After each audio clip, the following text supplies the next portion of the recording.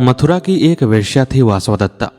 इतनी सुंदर कि जैसे विश्व के सर्वश्रेष्ठ शिल्पकार ने अपनी समूची कला को समेटकर एक मूर्ति बनाई हो और ईश्वर ने उसमें प्राण डाल दिए हों। लोग उसके एक दर्शन को लालायित रहते, पर उसका मन जिस पर मोहित हुआ था वह एक बौद्ध सन्यासी उपगुप्त था, जो कि युवावस्था में ही सन्यास की उच्चतर अवस्थाओं को प्राप्त कर उनके तेज से देदीप्यमान होता था। वासवदत्ता ने उपगुप्त के सामने समागम का प्रस्ताव रखा और उपगुप्त ने उसे स्वीकार भी कर लिया, लेकिन अपनी शर्तों पर। इसी दौरान नगर के सबसे धनी व्यक्ति का प्रभावशाली पुत्र वासवदत्ता के सामने अपना अभद्र प्रस्ताव रखता है। एक युवा शिल्पकार की वासवदत्ता से नजदीकियां बढ़ती हैं। मथुरा का प्रसिद्ध षड्यंत्र घटित होता है। राजा और वासवदत्ता का टकराव होता है और इन सब के बीच अंततः उसी उपगुप्त से वासवदत्ता का समागम होता है, जो कि अब भी सन्यास की उच्चतर अवस्थाओं में ही है। इस प्राचीन बौद्ध कहानी पर कविगुरु रविंद्रनाथ टैगोर जी ने अभिसार नामक एक कविता लिखी थी और पुराने विद्वान कवि क्षेमेंद्र आदि ने भी प्राचीन काल में इस पर अपनी लेखनी चलाई है। तो आप हमारे चैनल को सब्सक्राइब करके इस वीडियो को लाइक और शेयर कीजिए और हम आपको इस प्राचीन ऐतिहासिक कथा से रूबरू कराते हैं। अब आइए आरंभ करते हैं। प्राचीन काल की बात है। उस समय मथुरा नगरी अपनी कला और अपनी संपन्नता के लिए पूरे विश्व में प्रख्यात थी। मथुरा की शिल्प कला, वहाँ की नृत्य कला, वहाँ की संगीत शैली पूरी दुनिया में जानी जाती थी। और मथुरा बंदरगाह के नज़दीक नहीं होने के बाद भी एक धनी मनी राज्य माना जाता था। और उस मथुरा की वैभव थी वासवदत्ता। वासवदत्ता मथुरा की नगरवधू थी और जब वह नृत्य करती तो ऐसा लगता जैसे पूरी समूची प्रकृति उसके साथ झूम रही हो। बड़े बड़े लोग, नगर के विद्वान से लेकर के नगर के बड़े महनीय लोग भी वासवदत्ता की एक झलक पाने को लालायित रहते थे। और उसके यहाँ जाने वालों में अक्सर ही बड़े बड़े अमीर लोग होते, जो कि अपनी पूरी संपत्ति वासवदत्ता के चरणों में न्यौछावर करने को आतुर रहते। वे सोचते कि वासवदत्ता उन्हें एक दृष्टि भर देख ले, प्रेम से एक बार देख ले तो उनका जीवन धन्य हो जाए। और वहीं मथुरा के जो आम लोग थे, उनके लिए वासवदत्ता कोई देवी थी। इतनी सुंदर, इतना मीठा गाने वाली और इतनी चपलता से नृत्य करने वाली कोई आम मनुष्य स्त्री तो हो ही नहीं सकती है। वासवदत्ता आम लोगों को प्राप्त नहीं थी, इसीलिए उनके लिए वासवदत्ता का एक दर्शन ही बहुत होता था। वे हमेशा ही उसके महल के इर्द गिर्द मंडराते कि कहीं एक झलक मिल जाए वासवदत्ता की। वासवदत्ता की एक प्रिय सहेली भी थी जो उसकी दासी थी। वासवदत्ता सबसे अधिक उसी सहेली पर भरोसा करती और अपने अंतरंग समय में भी उसे अपने पास ही रखा करती थी। उस सहेली को वासवदत्ता की प्रत्येक बातें मालूम थी। इसी प्रकार वासवदत्ता मथुरा नगर की वैभव बनी हुई अपना समय गुजार रही थी कि एक दिन उसके महल के सामने से उपगुप्त गुजरे। बौद्ध धर्म की सर्वस्ववादी परंपरा में उपगुप्त का बड़ा ही महत्व है। एक कथा के अनुसार एक बार भगवान बुद्ध मथुरा नगर में आए। उनके साथ उनके प्रिय शिष्य आनंद भी थे। उस नगरी में आने पर महात्मा बुद्ध ने आनंद से कहा था कि आनंद, आने वाले समय में यहाँ पर उपगुप्त नामक एक विद्वान बच्चा होगा, जो कि कम समय में ही संन्यास लेकर बौद्ध धर्म को बहुत अधिक ऊंचाइयों तक ले जाएगा। और इसीलिए आनंद ने भगवान बुद्ध की बात को मानते हुए अपने शिष्य को तैयार किया कि आने वाले समय में मथुरा के किसी ऐसे बच्चे को शिक्षा देना जिसकी भविष्यवाणी भगवान बुद्ध ने की थी। और महात्मा बुद्ध की इसी भविष्यवाणी के स्वरूप महात्मा बुद्ध के निर्वाण के कुछ समय के बाद सम्राट अशोक के काल में मथुरा में उपगुप्त नामक एक युवा सन्यासी हुआ, जो कि एक इत्र व्यापारी के घर जन्मा था और कम उम्र में ही सन्यास के प्रति उसका रुझान हो गया। और आनंद के शिष्य ने उसे शिक्षा देकर एक महान सन्यासी बना दिया। उपगुप्त लगभग 3री शताब्दी ईस्वी पूर्व एक बौद्ध भिक्षु थे। संस्कृत ग्रंथ अशोक वदान की कुछ कहानियों के अनुसार वे मौर्य सम्राट अशोक के आध्यात्मिक गुरु थे। सर्वस्ववादी परंपरा में वे महाकश्यप, आनंद, मध्यांतिक और शांकवसिन के बाद 5वें कुलपति माने जाते हैं और चान परंपरा में उन्हें चौथा माना जाता है। उपगुप्त के शिक्षक सानवास थे, जो कि बुद्ध के सेवक आनंद के शिष्य थे। और थेरवाद साहित्य में उनका नाम नहीं मिलता है, इसीलिए ऐसा माना जाता है कि उपगुप्त एक सर्वस्ववादी भिक्षु थे। यहाँ तक कि दक्षिण पूर्व एशियाई देशों में और बांग्लादेश में उपगुप्त एक महान व्यक्ति के रूप में पूजे जाते हैं। और उन्हें समुद्र और तूफान का देवता भी माना जाता है। वहीं उपगुप्त अपनी युवावस्था में अपने संन्यास के तेज से देदीप्यमान होते हुए वासवदत्ता की महल के सामने से गुजरे। वे एक भिक्षु थे और हमेशा ही वे भिक्षा मांगकर अपना जीवन यापन किया करते थे। उनके चेहरे पर युवावस्था का तेज तो था ही, उनके मन के अंदर की जो अच्छाइयाँ थीं उनका प्रकाश भी उनके चेहरे पर दिखाई देता था। एक ऐसे निशंक और प्रकाशमान व्यक्ति को देखकर वासवदत्ता का मन उनकी तरफ खिंचा चला गया। वासवदत्ता ने सोचा कि मैं इतनी वैभवशालिनी हूँ तो इस व्यक्ति को, इस भिक्षु को जब मैं प्रस्ताव दूंगी तो यह मेरे पास क्यों नहीं आएगा। वासवदत्ता के मन में अपनी सुंदरता और अपनी संपन्नता का अहंकार था। वासवदत्ता ने अपनी प्रिय सहेली और दासी को उपगुप्त के पास इस संदेश के साथ भेजा कि जाओ उस सन्यासी से कहना कि मथुरा की देवी वासवदत्ता उससे मिलना चाहती है, उसके साथ समागम करना चाहती है, उसके साथ बैठकर बातचीत करना चाहती है। दासी उपगुप्त के पास आई। उपगुप्त अपनी ही दुनिया में मस्त रहा करते थे। उन्हें किसी भी वैभव से, किसी भी महल से, किसी भी सुंदरता से कोई मतलब नहीं था। जब दासी ने उस नगर वधु का प्रस्ताव उपगुप्त के सामने रखा तो उपगुप्त ने एक नजर उठाकर महल की तरफ देखा। महल के झरोखे में खड़ी वासवदत्ता अपने अहंकार और गर्व से भरी हुई मुस्कुरा रही थी। उपगुप्त ने वासवदत्ता को देखा और एक सहज मुस्कान उनके भी चेहरे पर तैर गई। वे एक ही नजर में सारी बात समझ गए और दासी से बोले कि हम भिक्षु हैं, हम किसी के भी प्रस्ताव को ठुकराते नहीं हैं, इसलिए मैं वासवदत्ता से मिलूंगा तो जरूर, उसके साथ समागम करूंगा, बैठकर चर्चा करूंगा, लेकिन अभी नहीं, समय आने पर। दासी ने एक बार फिर उपगुप्त को समझाया कि यह मथुरा की वैभवशालिनी है, आप इनके प्रस्ताव को ऐसे क्यों ठुकरा रहे हैं। आपका जीवन बन जाएगा, आप भिक्षु से एक बहुत बड़े व्यक्ति बन जाएंगे। तब उपगुप्त ने कहा था कि भिक्षु से बड़ा और कौन होगा, जिसे दुनिया की कोई चिंता नहीं है, जो केवल निर्वाण प्राप्ति के लिए सोचता है, उससे अधिक और कौन होगा। मुझे और कुछ नहीं चाहिए, वासवदत्ता को मेरा साथ चाहिए और मैं उसे दूंगा, लेकिन अभी नहीं, समय आने पर। यह कहकर उपगुप्त वहां से चले गए और वह दासी उपगुप्त का संदेश लेकर के वासवदत्ता के पास गई। वासवदत्ता गौरवशालिनी थी। जब उसने सुना कि एक युवा सन्यासी उसके प्रस्ताव को ठुकरा दिया है तो उसके हृदय पर आघात पहुंचा। आज तक वासवदत्ता ने किसी की ना नहीं सुनी थी। बड़े बड़े धनिक से लेकर के राजपुरुष तक उसकी हाँ के लिए लालायित रहते थे, उसके चरणों में अपना सर्वस्व न्यौछावर करना चाहते थे। उसी वासवदत्ता को एक सामान्य सा भिक्षु, जिसके पास खाने के लिए अपना अन्न भी नहीं है, वह ना कह रहा है। वासवदत्ता को यह बात एक कांटे की तरह चुभी और उसके हृदय में घाव करती चली गई। लेकिन वासवदत्ता भी नहीं समझ सकी कि वह उपगुप्त से प्रेम करने लगी थी। वह बार बार अपना ध्यान उपगुप्त से हटाना चाहती थी, लेकिन वासवदत्ता का ध्यान बार बार उसी की तरफ चला जाता था। धीरे धीरे उसका मन किसी भी चीज में रमना बंद हो गया। पहले तो वासवदत्ता ने अपने आप को समझाया कि वह सन्यासी मेरे सामने क्या है, उसके जैसे अनेकों बातें हैं। सन्यासी का रूप किसी राजपुरुष के रूप से अच्छा तो है नहीं, न तो उसके पास स्वर्ण जड़ित, हीरे जड़ित रेशमी कपड़े हैं, न ही उसके पास कोई रथ है, न ही उसके पास इतनी संपदा है कि वह मेरी बराबरी कर सके। फिर भला मैं उसकी तरफ क्यों जाऊं, भला मैं उसके बारे में क्यों सोचूं। उसे मेरे बारे में सोचना चाहिए था। उस मूर्ख को नहीं पता कि वासवदत्ता उसे क्या दे रही थी।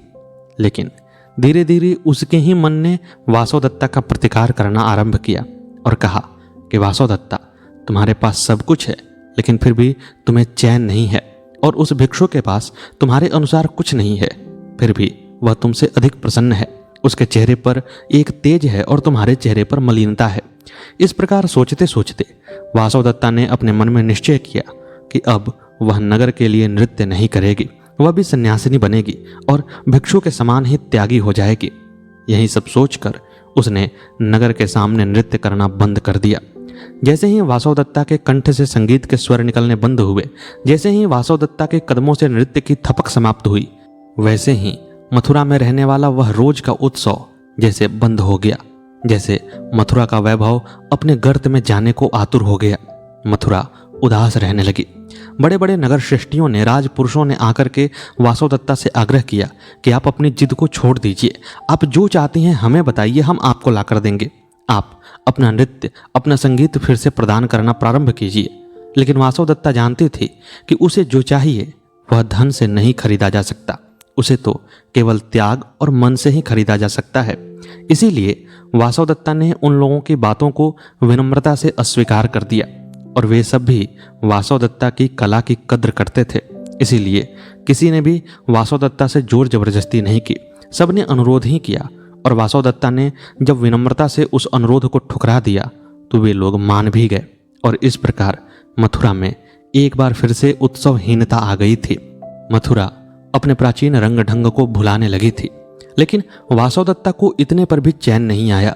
वह हर समय उपगुप्त के बारे में सोचती और उदासीन रहा करती थी। उसके चेहरे पर कभी भी मुस्कान नहीं देखी जा सकती थी। प्रेम ने उसके हृदय को जकड़ लिया था। तब वासवदत्ता की जो वह दासी थी, जो मित्रवत थी, उसने वासवदत्ता को समझाने का प्रयत्न किया। वह बार बार कहती कि आप अपने महल से बाहर निकलो, आप जाकर देश दुनिया में घूमो, ताकि आपका मन बहल जाए और शायद कोई और पसंद आ जाए। परंतु वासवदत्ता ने अपने आप को महल के अंदर कैद कर लिया था। जो अपने ही मन का कैदी बन जाए, वह फिर भला बाहर की दुनिया में कैसे निकलेगा। वासवदत्ता अपने ही मन की कैदी थी, इसीलिए वह बाहर निकल नहीं पा रही थी। और इसी दौरान मथुरा में एक युवा शिल्पकार की चर्चा बड़े जोर पकड़ने लगी थी। चारों तरफ उस शिल्पकार की मूर्ति कला की चर्चा होती। लोग कहते कि ऐसा मूर्तिकार उन्होंने अपने जीवन में क्या, अपनी कहानियों में भी नहीं सुना है। धीरे धीरे वह चर्चा मथुरा की गलियों से होती हुई वासवदत्ता के महल में भी जा पहुंची। वासवदत्ता तो देश दुनिया से अनभिज्ञ थी, लेकिन उसकी सखी जो थी, जो दासी थी, वह इन खबरों पर ध्यान देती थी। जब उसे पता चला कि एक युवा शिल्पकार इन दिनों चर्चा बटोर रहा है, तो उसने वासवदत्ता से कहा कि तुम्हें भी चलकर उस शिल्पकार के शिल्प को देखना चाहिए। आखिर वह भी एक कलाकार है और तुम भी एक कलाकार हो। तुम यदि उसकी मान में वृद्धि करो तो हो सकता है कि वह अपनी कला को और निखारे। तुम आखिर इस मथुरा के शान हो। पहले तो वासवदत्ता ने इनकार कर दिया, वह कहीं जाना ही नहीं चाहती थी। उसने कहा कि मैं कला को क्या देखूंगी जब मेरी दृष्टि उपगुप्त के अलावा किसी को भी नहीं देखती है। परंतु दासी ने जब बार बार अनुरोध किया तो अंततः वासवदत्ता उस शिल्पकार के शिल्प को देखने के लिए मान गई। वह अधूरे मन से उठी, उसने आधा अधूरा श्रृंगार किया और फिर अपनी दासी और कुछ अन्य दासियों के साथ अपने रथ में बैठकर वह वहां जा पहुंची जहां शिल्पकार अपनी मूर्तियां बनाता था। शिल्पकार की मूर्तियों को देखते हुए वासवदत्ता उन मूर्तियों में खोती जा रही थी। उसे वे मूर्तियां अलौकिक लगती थीं और वास्तव में शिल्पकार ने बड़ी कलात्मक तरीके से एक एक मूर्ति को तराशा था। वह युवा शिल्पकार वास्तव में अद्भुत था और उसके हाथों में जैसे कोई जादू बसता हो। वासवदत्ता मूर्तियां देख रही थी। देखते देखते अचानक उसकी दृष्टि एक मूर्ति के सामने जाकर स्थिर हो गई। वह एक 16 वर्षीय युवती की मूर्ति थी, जो कि नृत्य की मुद्रा में तो थी, पर उसके चेहरे पर इतनी शांति थी जैसे मानो उसने अपने अंदर की आत्मा को प्रकाशित कर लिया हो। परंतु वासवदत्ता के ठिठकने का कारण केवल उस मूर्ति का शिल्प नहीं था, बल्कि वह मूर्ति हूबहू वासवदत्ता की प्रतिकृति लग रही थी। ऐसा लग रहा था जैसे वासवदत्ता अपने 16 वर्षीय यौवन के साथ वहां प्रकट हो गई हो। वासवदत्ता ने युवा शिल्पकार को बुलाया और कहा कि यह मूर्ति किसकी है, यह मेरी जैसी क्यों प्रतीत होती है। और फिर उसने यह भी कहा कि 16 वर्षीय अवस्था में मैं शायद ऐसी ही दिखती थी, पर मेरे चेहरे पर यह भाव कभी नहीं था। मैं इसी भाव के लिए तो आज भी व्याकुल रहती हूँ। तब मूर्तिकार ने बताया कि मैं आपकी ही प्रेरणा से मूर्तियां बनाता हूँ। आप मेरी प्रेरणा हैं। भला आपके जैसा कलावंत इस दुनिया में और कौन है। आपके नृत्य, आपके संगीत की चर्चा मैंने सुनी है, मैंने आपको देखा भी है, और इसीलिए मैंने यह मूर्ति बनाई। यह मेरे जीवन की अब तक की सबसे सुंदर मूर्ति है। तब वासवदत्ता ने उस युवा शिल्पकार से कहा कि मुझे यह मूर्ति पसंद है। मैं चाहती हूँ कि तुम मुझे यह मूर्ति बेच दो। तुम इसकी कीमत बताओ। युवा शिल्पकार ने कहा कि यह मूर्ति तो मैंने अपने लिए बनाई है, मैं इसे किसी भी कीमत पर बेच नहीं सकता हूँ। वासवदत्ता ने कहा कि तुम कीमत बताओ, तुम जितनी भी कीमत कहोगे मैं दे दूंगी। लेकिन उस युवा शिल्पकार ने कहा कि यह मूर्ति बेचने के लिए है ही नहीं। जब वासवदत्ता बार बार जिद करने लगी तो युवा शिल्पकार ने कहा कि मैं जो मांगूंगा आप वह दे नहीं पाएंगे, आप व्यर्थ में हठ कर रही हैं। तब वासवदत्ता ने यह प्रतिज्ञा की कि वह जो मांगेगा वासवदत्ता उसे देगी। वासवदत्ता ने कहा कि मेरे पास वैभव की कोई कमी नहीं है, पूरा मथुरा मेरा ही है, समझो। तब उस युवा शिल्पकार ने कहा कि मुझे धन नहीं चाहिए, मैंने धन के लिए इस मूर्ति को नहीं बनाया है। आप मेरी प्रेरणा हैं और आप मेरी प्रेरणा होने के साथ साथ इस मथुरा के वैभव हैं। आपने प्रतिज्ञा किया है, इसलिए मैं आपसे मांगता हूं कि इस मूर्ति के बदले आप अपना नृत्य और गान फिर से प्रारंभ करें। वासवदत्ता पशोपेश में पड़ गई। वह फिर से नृत्य नहीं करना चाहती थी। उसे उपगुप्त के अलावा और कुछ भी अच्छा नहीं लगता था, लेकिन उसने प्रतिज्ञा कर रखी थी और युवा शिल्पकार की वह मूर्ति सच में उसके मन को भा गई थी। इसीलिए उसने हंसते हुए युवा शिल्पकार से कहा कि तुम्हारी यह बात मुझे भा गई। तुम पूरे शहर के बारे में सोच रहे हो, इसीलिए मैं अपनी प्रतिज्ञा पर अटल रहते हुए फिर से अपना दरबार प्रारंभ करूंगी। तुम इस मूर्ति को लेकर मेरे यहाँ आओ, लेकिन मेरी भी एक शर्त है। युवा शिल्पकार ने कहा कि कहिए देवी। तब वासवदत्ता ने कहा कि तुम्हें मेरी एक और मूर्ति बनानी होगी और वह मूर्ति मेरे महल में बनेगी। मुझे देखकर तुम मूर्ति बनाना और उस मूर्ति को नृत्यांगना नहीं, एक तपस्वी की तरह बनाना। उसके चेहरे पर इससे भी अधिक शांत भाव होने चाहिए, जो मैं नहीं हो सकती हूँ। कम से कम मेरी मूर्ति में उसका भ्रम तो उत्पन्न किया ही जा सकता है। वासवदत्ता की इस बात को सुनकर युवा शिल्पकार ने अपनी प्रसन्नता व्यक्त की और कहा कि मेरे लिए यह तो एक वरदान है, यह शर्त कहाँ हुई। मैं अवश्य ही आपकी मूर्ति बनाऊंगा। आपकी अलौकिकता को देखते हुए उसे मूर्तिकला में ढालने का जो काम आपने दिया है, वह मेरे लिए सच में एक वरदान जैसा है। और इस प्रकार उस युवा शिल्पकार से मिलकर वासवदत्ता वापस आई तो उसके महल में फिर से संगीत के स्वर खनक उठे थे। उसके पैरों में फिर से पायलें खनकने लगी और उस महल का सौंदर्य फिर से जीवित हो गया। मथुरा की गलियों में भी उत्साह आ गया। नगर के धनिक लोग, राज परिवार के लोग फिर से वासवदत्ता के महल में आने जाने लगे और एक बार फिर से मथुरा में चहल पहल प्रारंभ हुई। वह रोज का उत्सव फिर से आरंभ हो गया था और इसके साथ साथ वह युवा शिल्पकार वासवदत्ता के महल में रोज जाता और उसकी मूर्ति बनाता। धीरे धीरे वासवदत्ता और उस युवा शिल्पकार के बीच प्रेम की कहानियां प्रचलित होने लगी। आम जनता जिसके साथ बैठ नहीं सकती है, जिसके साथ वह बराबरी नहीं कर सकती है, उसकी चर्चाएं ऐसे ही किया करती हैं। उन्हें बस एक मौका मिलना चाहिए। जैसे ही बार बार वह युवा शिल्पकार वासवदत्ता के महल में आने जाने लगा, वैसे ही लोगों ने यह अनुमान लगाया कि वासवदत्ता उस युवा शिल्पकार के प्रेम में है। और फिर यह चर्चा जाने अनजाने अफवाहों से गुजरती हुई पूरे मथुरा में व्याप्त हो गई और यही चर्चा नगर के सबसे धनी व्यापारी के पुत्र तक जा पहुंची, जिसका कि पहले भी वासवदत्ता से विरोध हो चुका था। कहते हैं कि जब वासवदत्ता ने उपगुप्त के प्रेम में अपना नृत्य त्याग किया था, उसी समय नगर के सबसे धनी व्यक्ति का पुत्र बाहर से धन का अर्जन कर कर आया था। कम उम्र में ही उसके पिता ने उसे बाहर के देशों में आय प्राप्त करने को भेज दिया और वहां जाकर उसने व्यापार की शिक्षा भी ली, धन का अर्जन भी किया और नई नई चीजें भी सीखी। जब वह युवावस्था को प्राप्त हुआ तो वह लौटकर मथुरा आया। मथुरा में आने से उसके पिता के धन में इतनी बढ़ोतरी हो गई कि वह पहले से कहीं अधिक वैभवशाली हो गया और इसीलिए राज परिवार के साथ उसका संबंध भी स्थापित हो गया था। लेकिन नगर श्रेष्ठी का वह पुत्र बड़ा ही उदंड था। कम समय में मिली सफलता ने उसके मन को अधिक बढ़ा दिया था और उसके जो मित्र थे वह भी उसके धन के लालच में हमेशा ही उसकी बड़ाई करते। वे कभी भी उसे अच्छी राह पर ले जाने की बात नहीं किया करते थे। वे लोग मदिरा का पान करते और बैठकर ऐसी ऐसी बातें करते जो कि एक सभ्य आदमी नहीं करता है। परंतु इन सब दुर्गुणों के बावजूद उस श्रेष्ठ पुत्र के पास एक गुण था, वह था धन अर्जन करने का। वह व्यापार में सिद्धहस्त था और इसीलिए लक्ष्मी उसे छोड़कर कभी जाती नहीं थी। जब श्रेष्ठ पुत्र को यह पता चला कि वासवदत्ता ने अपना नृत्य और गीत त्याग दिया है और बड़े बड़े लोगों के कहने पर भी उसने प्रारंभ नहीं किया, तो उसके मन में अहंकार आ गया कि उसके जैसा धनी तो कोई है ही नहीं। वह वाक्य कला में भी चतुर है और युवा है। वह वासवदत्ता को मना लेगा और इसीलिए अपने दोस्तों के सामने बड़ी बड़ी डींगे हाँक कर वह वासवदत्ता के महल में गया। उसने मदिरा पान भी कर रखा था और महल में जाकर उसने वासवदत्ता के सामने नृत्य करने का प्रस्ताव रखा। वासवदत्ता ने बड़ी ही विनम्रता से उसे मना किया और कहा कि हे देव, आप यहाँ से चले जाइए। यहाँ पर आपके मन की वस्तु नहीं मिलेगी। अब यहाँ पर संगीत के स्वर नहीं बजते हैं, यहाँ पर पायल नहीं खनकती है। लेकिन नगर श्रेष्ठी का वह पुत्र अपने अहंकार से भरा हुआ था। उसने कहा कि वासवदत्ता, तुम्हें जितना धन चाहिए तुम बोलो, बस तुम मेरे लिए नृत्य करो और मेरे दोस्तों के लिए भी नृत्य करो। वासवदत्ता ने फिर से विनम्रता से कहा, मुझे धन नहीं चाहिए। धन देने के लिए कई लोग हैं, पर मेरा मन नहीं कहता, इसलिए मैं नृत्य नहीं करूंगी। तब उस नगर श्रेष्ठी के पुत्र का अहंकार चोटिल हुआ। उसने कहा कि नृत्य कैसे नहीं करोगी? तुम नृत्य ही नहीं करोगी, बल्कि मेरे साथ संभोग भी करोगी। तुम्हें जो चाहिए वह मिलेगा, नहीं तो तुम्हें राजदंड दिया जाएगा। वासवदत्ता भी स्वाभिमानिनी थी।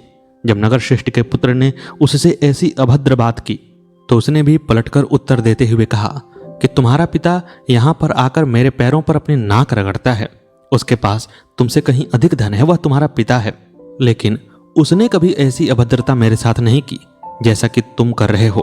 तुम अभी यहाँ से चले जाओ, अन्यथा मेरे प्रतिहारी तुम्हें धक्का मार कर निकाल देंगे और तुम अपने धन को अपने पास ही रखे रखे अपंग कर दिए जाओगे। नगर श्रेष्ठी का पुत्र जानता था कि वासवदत्ता के महल में वासवदत्ता का अपमान नहीं किया जा सकता है। वहां के प्रतिहारी उन्हें पीट पीट कर अधमरा कर देंगे, लेकिन उसके अहम को चोट लगी थी। इसलिए उसने अपने मित्रों के सामने, वासवदत्ता के सामने यह प्रतिज्ञा की थी कि वह वासवदत्ता का सर्वनाश कर देगा, और पैर पटकता हुआ वहां से वापस चला आया था। जब युवा शिल्पकार और वासवदत्ता की प्रेम कहानियां पूरे मथुरा में फैलने लगी तो वह नगर श्रेष्ठी के पुत्र के पास भी जा पहुंची और उसे आश्चर्य हुआ कि वासवदत्ता, जो धन पर नहीं रीझी थी, वह एक युवा शिल्पकार के शिल्प पर मोहित हो गई। उसे इस बात पर भी संदेह हुआ कि वासवदत्ता, जो कि इस दीन दुनिया से ऊपर उठ चुकी थी, वह फिर से प्रेम में कैसे पड़ सकती है और उसने नृत्य गीत फिर से आरंभ कैसे कर दिया। इन सब बातों का पता लगाने के लिए नगर श्रेष्ठी के पुत्र ने कुछ गुप्तचर छोड़े। गुप्तचरों ने कुछ दिन तक टोह लगाया और फिर उन्होंने आकर के नगर श्रेष्ठी के पुत्र से सारी बात बताई। वे सब कुछ सच सच कह रहे थे। उन्होंने कहा कि वासवदत्ता और उस युवा शिल्पकार के बीच में कोई प्रेम नहीं है। बस युवा शिल्पकार मूर्ति बनाने के लिए वहां जाता है और वासवदत्ता का उससे मित्रवत संबंध है, प्रेमी के जैसा नहीं। परंतु नगर श्रेष्ठी के पुत्र को अवसर मिल गया था। वह जान रहा था कि लोग इस बारे में ऐसी बातें करते हैं तो इस अफवाह को और हवा दी जा सकती है, और यदि किसी तरह शिल्पकार को गायब कर दिया जाए, उसे मार दिया जाए, तो उसके मारने का आरोप वासवदत्ता पर लगाया जा सकता है। उस समय किसी को मार देने पर बहुत कठिन दंड मिलता था और राजा सारी संपत्ति छीनकर उसे नगर से बेदखल भी कर सकते थे। इसीलिए नगर श्रेष्ठ के पुत्र ने ऐसी योजना बनाई।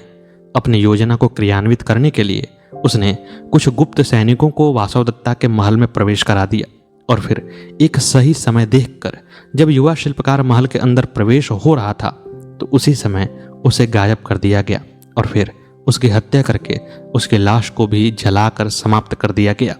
इधर लोगों ने उस युवा शिल्पकार को वासवदत्ता के महल के अंदर जाते तो देखा था, पर किसी ने भी उसे बाहर आते नहीं देखा था, क्योंकि महल के अंदर छिपे हुए नगर श्रेष्ठ के सैनिक उसकी हत्या कर चुके थे। युवा शिल्पकार भी कम समय में मथुरा की गलियों में चर्चा का केंद्र बन चुका था। उसकी कला मथुरा की कला के केंद्र बिंदु थी। ऐसे में उसका यूं गायब हो जाना लोगों को असहनीय हो रहा था। धीरे धीरे यह बात फैलने लगी कि वासवदत्ता और उस युवा शिल्पकार के बीच में झगड़ा हुआ और इसी कारण वासवदत्ता ने अपने महल के अंदर ही उसकी हत्या करा दी, क्योंकि सबने उसे महल के अंदर जाते देखा, किसी ने बाहर आते नहीं देखा था। धीरे धीरे यह अफवाह फैलती हुई नगर के कोतवाल के पास जा पहुंची और जो नगर श्रेष्ठी का पुत्र था वह वासवदत्ता के विपक्ष में खड़ा हुआ था। उसने नगर के कोतवाल से कहा कि वासवदत्ता ने ही ऐसा किया है। तब नगर के कोतवाल में इतनी हिम्मत नहीं हुई कि वह वासवदत्ता और नगर श्रेष्ठी के पुत्र के बीच में खड़ा हो सके। इसीलिए इन दो महान लोगों के पक्षों को उसने राजा के सामने रखा और कहा कि यह बड़े बड़े लोग हैं, मैं इनके बीच में फैसला नहीं कर सकता हूं, आप ही उचित फैसला कीजिए। राजा ने ध्यान से सारी बातें सुनी। उनके सामने एक बड़ा संकट उपस्थित हो गया था। कोई ऐसा सबूत नहीं था जो यह कहता हो कि वासवदत्ता ने हत्या करवाई है, परंतु बहुत सारे गवाह थे जो ये कह रहे थे कि उन्होंने शिल्पकार को महल के अंदर जाते देखा, बाहर आते नहीं देखा। इधर राजा पर नगर श्रेष्ठी का दबाव बन रहा था। नगर श्रेष्ठी सारे नगर से अमीर व्यक्ति था। यदि वह राजा से अपना संबंध वापस ले लेता तो हो सकता है कि राजा को दिक्कत होने लगती। और इधर एक तरफ वासवदत्ता थी। यदि वासवदत्ता की संपत्ति ले ली जाती, उसे नगर निकाला दे दिया जाता, तो मथुरा में कला का ह्रास हो जाता। एक तरफ कला थी, दूसरी तरफ धन था। लेकिन अंततः राजा ने वही किया जो राजनीति हमेशा से करती आई है। राजनीति और धन का संबंध अपरिहार्य है। बिना धन के राजनीति में सर्वस्व नहीं बना जा सकता है और इसीलिए राजा ने कला के ऊपर धन को पसंद किया और वासवदत्ता को दोषी करार दिया। जब राजा ने यह तय कर दिया कि वासवदत्ता ने ही युवा शिल्पकार की हत्या करवाई है तो राज कानून के अनुसार वासवदत्ता की सारी संपत्ति राज्य की हुई और इस प्रकार अपने महल से उसका निष्कासन कर दिया गया। राजा ने कहा कि यदि वासवदत्ता चाहे तो मथुरा में रह सकती है, मथुरा को उसने बहुत कुछ दिया है तो मथुरा उसके लिए इतना तो कर ही सकती है, लेकिन उसे अब सम्मान नहीं मिलेगा और उसे नृत्य और गीत भी नहीं करने दिया जाएगा। वासवदत्ता के लिए यह एक बहुत बड़ी चोट थी। वह माननी थी और अचानक से अब वह अपराधिनी हो गई थी। इधर नगर के लोग जो उसे अगले ही पल तक देवी मानते थे वे अब खलनायिका मानने लगे थे। आम लोगों के साथ ऐसा होता ही है, वे अफवाहों पर विश्वास कर लेते हैं और जैसे ही वासवदत्ता उनके बीच में आई अब वह महल की स्वामिनी नहीं थी, अब उसके अगल बगल प्रतिहारी और दासियों की सेना नहीं चलती थी। तो लोगों ने वासवदत्ता का तिरस्कार करना प्रारंभ कर दिया और वे उस पर सड़ी गली वस्तुएं फेंकने लगे थे और धीरे धीरे पूरे नगर में वासवदत्ता के खिलाफ एक माहौल बन गया था। वासवदत्ता को यह देखकर, यह सोचकर बड़ी चिंता होने लगी और लोगों के वस्तुओं को फेंके जाने के कारण उसके चेहरे पर और सारे शरीर पर बड़े बड़े घाव हो गए थे। अब वासवदत्ता मथुरा में रहना नहीं चाहती थी। जिस शहर से उसे इतना सम्मान मिला, इतना प्रेम मिला, वहां पर इस प्रकार का तिरस्कार उसके सहन से बाहर था। वासवदत्ता के महल में जो दास दासियां थे, जो प्रतिहारी थे, वह तो पैसे के लिए उसके साथ थे। जैसे ही वासवदत्ता की संपत्ति समाप्त हुई वैसे ही उन सब ने साथ छोड़ दिया, लेकिन जो उसकी सखी वाली दासी थी वह उसके साथ रही। वासवदत्ता ने कहा कि सखी, अब इस नगर में रहा नहीं जाता है, अब इस नगर से बाहर ले चलो मुझे। सखी जो थी वह भी यही चाहती थी। धीरे धीरे दोनों चलती हुई, लोगों की नजरों से बचती बचाती हुई मथुरा नगर से बाहर आई। उस समय शहर जो होते थे वे परकोटे से घिरे होते थे।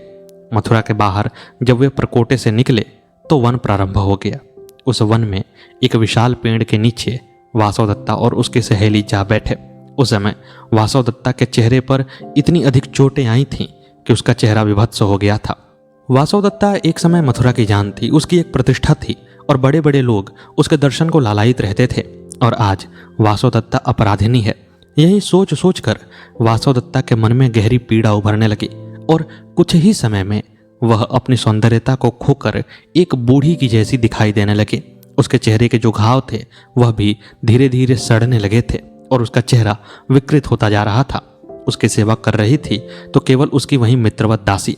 वह अगल बगल जाती और कुछ कंदमूल फल इकट्ठे करके लाती, पानी लाती और किसी तरह वासवदत्ता को जिलाए रखने का प्रयत्न करती थी। इसी तरह जब कुछ और दिन व्यतीत हुए तो एक दिन वहीं युवा सन्यासी उपगुप्त उधर से आ निकले। जैसे ही वासवदत्ता की नजर उपगुप्त पर पड़ी तो उसके हृदय में एक हुक उठी, पुराना प्रेम जागृत हुआ। लेकिन वह नहीं चाहती थी कि उपगुप्त उसके इस चेहरे को देखें जो कि पहली मिलन के समय के वैभवशाली चेहरे से बहुत अलग है। उसने अपनी मित्रवत दासी से कहा कि हे सखी, मेरे चेहरे को ढांप दो, मैं नहीं चाहती हूं कि यह युवा सन्यासी मुझे इस अवस्था में देखे। दासी वासवदत्ता के हृदय को समझती थी, वह उसके मन से परिचित थी, इसीलिए उसने चेहरे को ढांप दिया। लेकिन उपगुप्त तो इधर ही आते जा रहे थे। वे चलते चलते आए और उसी वृक्ष के नीचे खड़े हो गए। उनके चेहरे पर वही देदीप्यमान मुस्कान थी जो उस दिन भी वासवदत्ता ने देखा था। लेकिन उस दिन के मुस्कान को देखकर वासवदत्ता ने इसे अपना तिरस्कार समझा और आज का मुस्कान उसे शांति प्रदान कर रहा था। उपगुप्त ने कहा कि वासवदत्ता, मैंने तुमसे वादा किया था कि मैं तुम्हारे साथ समागम करूंगा। यह संत समागम का समय है, लो मैं आ गया। वासवदत्ता ने कहा कि हे सन्यासी, तुम क्यों उपहास करते हो? उस समय तुम मेरे पास आते तो तुम्हें देने के लिए मेरे पास सब कुछ था। मेरे पास यौवन था, मेरे पास रूप था, मेरे पास संपत्ति थी। अब मैं तुम्हें क्या दूंगी? मैं तो खुद से चल भी नहीं सकती हूं।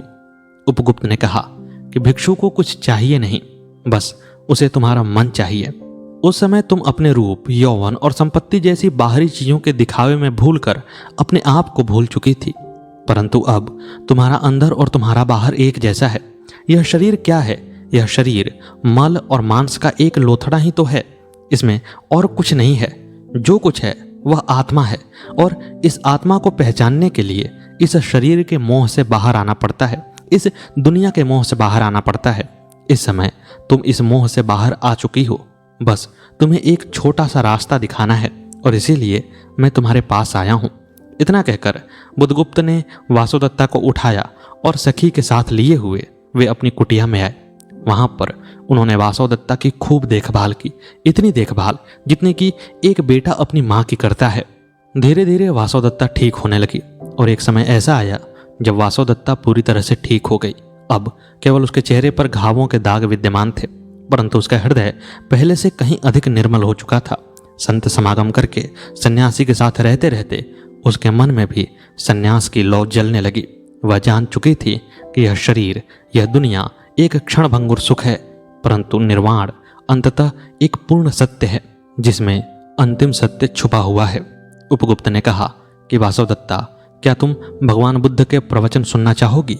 वासुदत्ता ने हाथ जोड़ लिए सामने धरती पर बैठ गई और कहा कि सुनाइए। और फिर उपगुप्त ने वासुदत्ता को सन्यास की दीक्षा दी और उसे आत्मा के रहस्य को बताया। और इस प्रकार वासुदत्ता, जो कि एक वेश्या थी, वह अब सन्यासिनी बन गई।